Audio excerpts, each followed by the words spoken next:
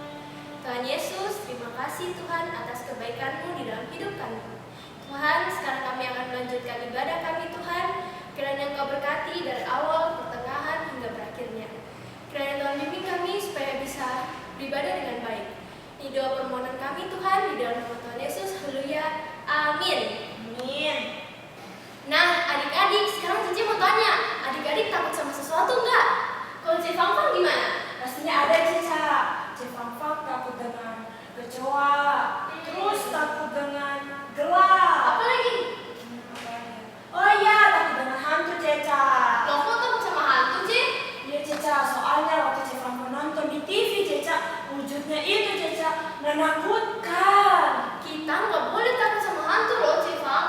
Karena hantu itu adalah caranya iblis untuk menakutkan kita. Nah, terus Caca, gimana caranya supaya kita tidak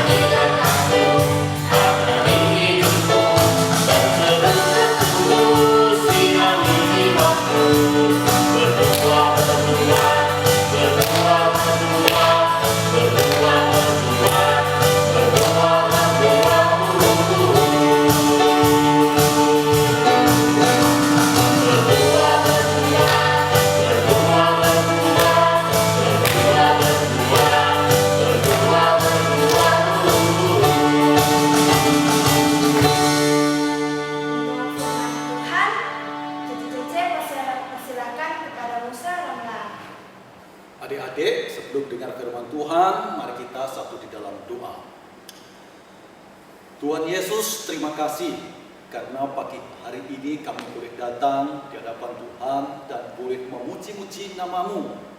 Kiranya pujian kami menjadi bau yang harum dan yang menyenangkan hati Tuhan.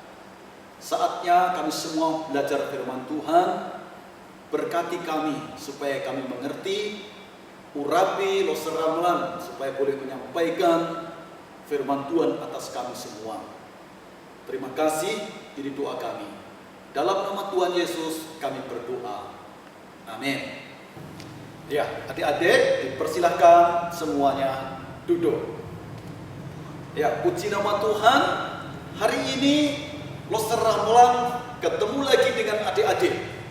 Bagaimana kabarnya? Loser percaya semuanya baik-baik. Semoga sehat-sehat, kuat-kuat, dan ingat, terus bersemangat, berbakti di hadapan Tuhan. Nah, hari ini Loser Ramalan mau cerita lagi. Dan Loser mengajak kepada adik-adik membuka Alkitab yang terdapat di dalam kitab Yesaya pada pasalnya yang ke-53 pada ayat yang ke-7 dan yang ke-8. Ayo adik-adik, Alkitabnya dicari dan mari dibuka. Ya, kita baca bagian firman Tuhan ini. Demikian bunyi firman-Nya. Dia dianiaya, tetapi dia tidak membiarkan diri ditindas dan tidak membuka mulutnya seperti anak domba yang dibawa ke pembantaian, seperti induk domba yang keluh di depan orang-orang yang menggunting bulunya. Ia tidak membuka mulutnya. Sesudah penahanan dan penghukuman ia terambil. Dan tentang nasibnya, siapakah yang memikirkannya? Sungguh ia terputus dari negeri orang-orang hidup. Dan karena pemberontakan umatku, ia kena tulah. Ya, adik-adik, Loser Ramalan sekarang mau bertanya ya, dari bagian firman Tuhan yang kita baca. Adik-adik sudah mengerti belum ayat ini? Coba adik-adik pikirkan, kasih tahu kira-kira apa artinya ayat firman Tuhan ini.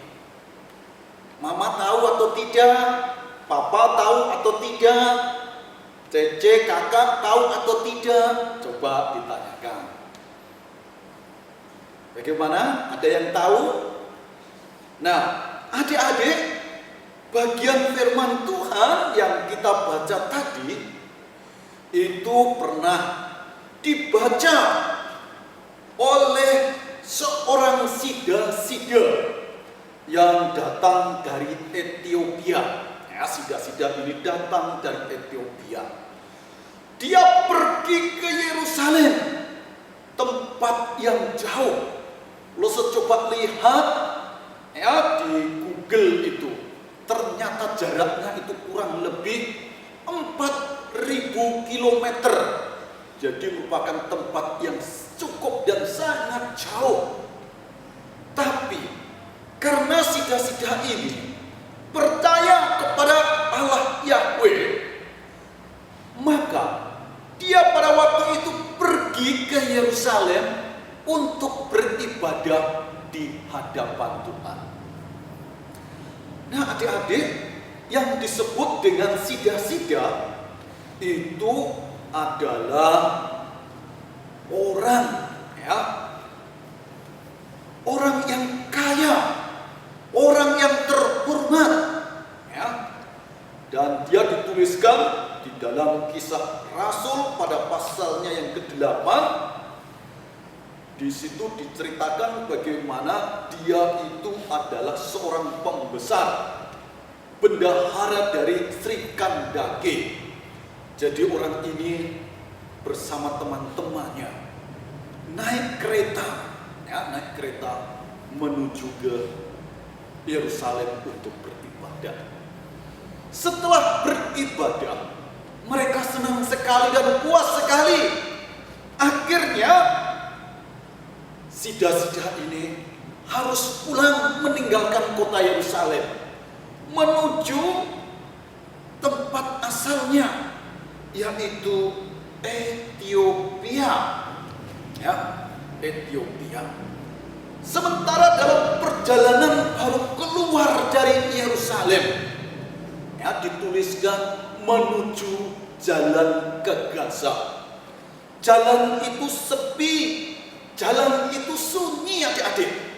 Jadi adik-adik bisa lihat tempatnya itu sepi dan sunyi seperti pada gambar yang ada ini. Di situ tidak ada rumah-rumah, tidak ada. Yang ada hanya pepohonan, rumput-rumput, semak-semak. Dan jalan itu lumayan panjang. Sepi sekali dan sepi sekali. Dalam perjalanan, rupanya jalan itu tidak ada orang yang lewat sama sekali. Dalam keadaan seperti itulah seorang sida-sida ini, adik-adik. Dia rupanya membaca kitab suci, khususnya kitab Yesaya pada pasalnya yang ke-53 tadi, ayat 7 dan yang ke-8.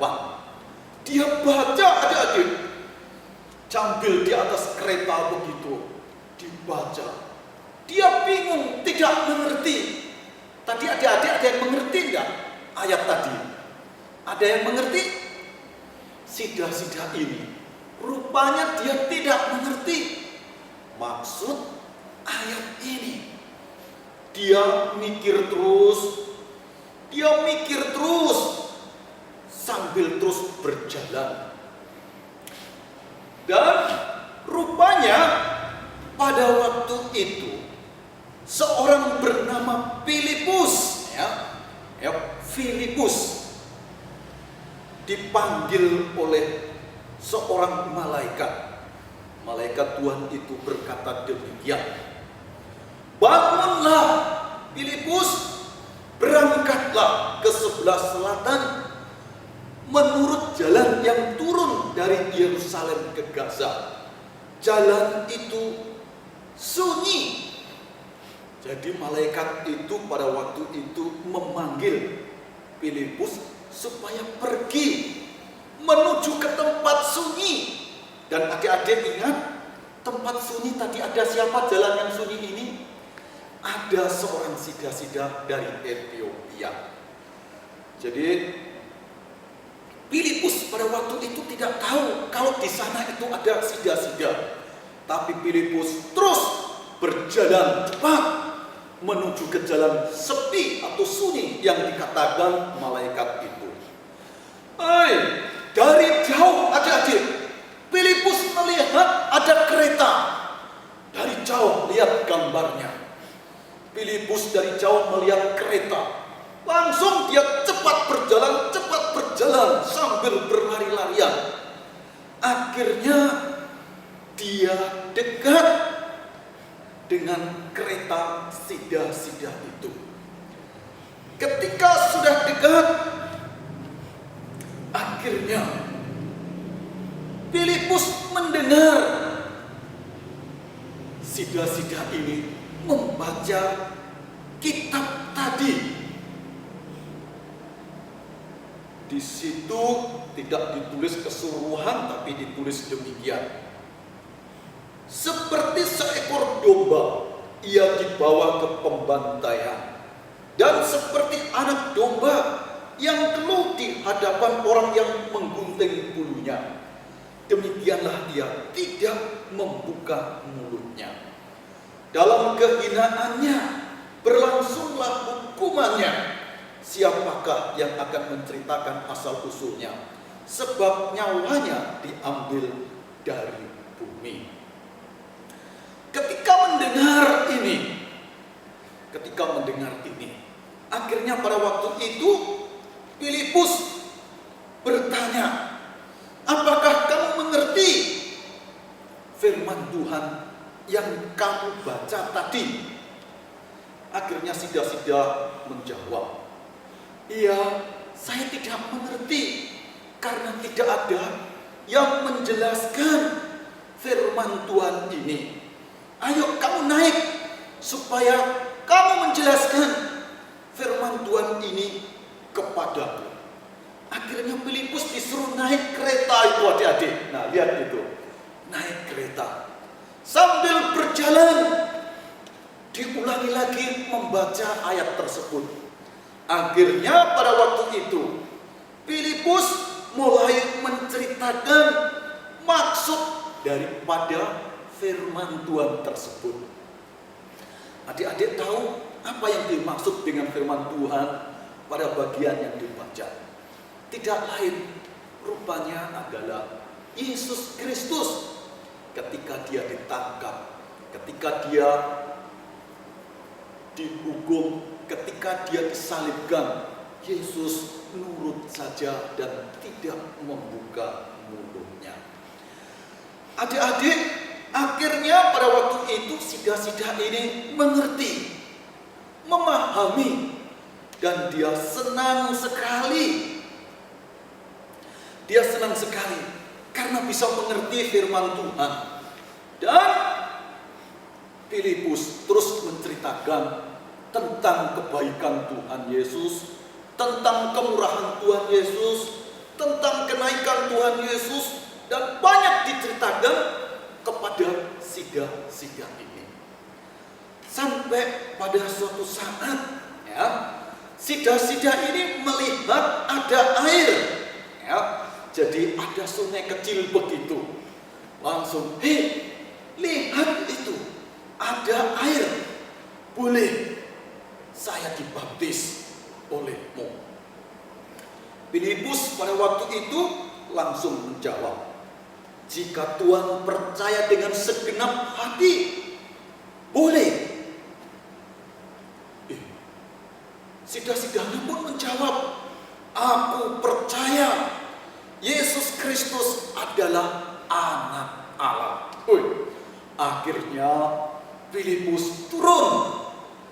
Sida-sida turun dari kereta menuju ke tempat yang ada airnya itu. Dan lihat sekarang, sida-sida itu dibaptis oleh Filipus. Ya, adik-adik, setelah Filipus selesai membaptis sida-sida ini, tiba-tiba Filipus dikuasai oleh Tuhan. Dan tahu dengan cara apa? Tiba-tiba Filipus berada di tempat yang jauh, yaitu di Asdod. Sehingga sida-sida ini tidak melihatnya lagi. Dari bagian ini, Loser Rambelan mau ingatkan adik-adik supaya tidak jemu-jemu, tidak bosan-bosan untuk membaca, untuk mempelajari firman Tuhan. Ya, adik-adik jangan bosan-bosan, jangan jemu-jemu membaca dan merenungkan firman Tuhan. Jikalau adik-adik tidak mengerti, adik-adik boleh tanya kepada kakak-kakak, adik-adik boleh tanya kepada mama, adik-adik boleh tanya kepada papa. Tanyakan, apa ini maksudnya? Seandainya adik-adik, papa, mama, kakak-kakak kita tidak mengerti, adik-adik boleh menghubungi loser-losernya. Cari loser-losernya di gereja, di rumah. Apa artinya firman Tuhan tersebut? Nah, kalau adik-adik sudah dijelaskan oleh loser-loser, adik-adik pasti akan mengerti, sehingga akan membuat berbahagia dan bersukacita karena mengerti, memahami firman Tuhan. Nah adik-adik, karena itu Loser Rambelan juga akan membaca bagian kitab Mazmur pada pasalnya yang pertama, ayat 1 dan yang kedua. Di situ dituliskan begini, berbahagialah orang yang tidak berjalan menurut nasihat orang fasik, yang tidak berdiri di jalan orang berdosa, yang tidak duduk dalam kumpulan pencemooh, tetapi yang kesukaannya ialah Taurat Tuhan, dan yang merenungkan Taurat itu siang dan malam. Jadi adik-adik, kita harus terus merenungkan, membaca, menghidupi firman Tuhan. Akan dikatakan berbahagia orang-orang seperti itu. Kalau kita semua, adik-adik semua mengerti firman Tuhan, saya percaya kita diberi kebahagiaan dan diberi sukacita dari Tuhan. Bagaimana adik-adik? Ayo semuanya belajar membaca dan terus membaca firman Tuhan supaya hidupnya berbahagia, karena Tuhan yang akan memberkati adik-adik. Demikian firman Tuhan, kita berdoa. Tuhan Yesus, kami berterima kasih karena kami sudah belajar firman Tuhan.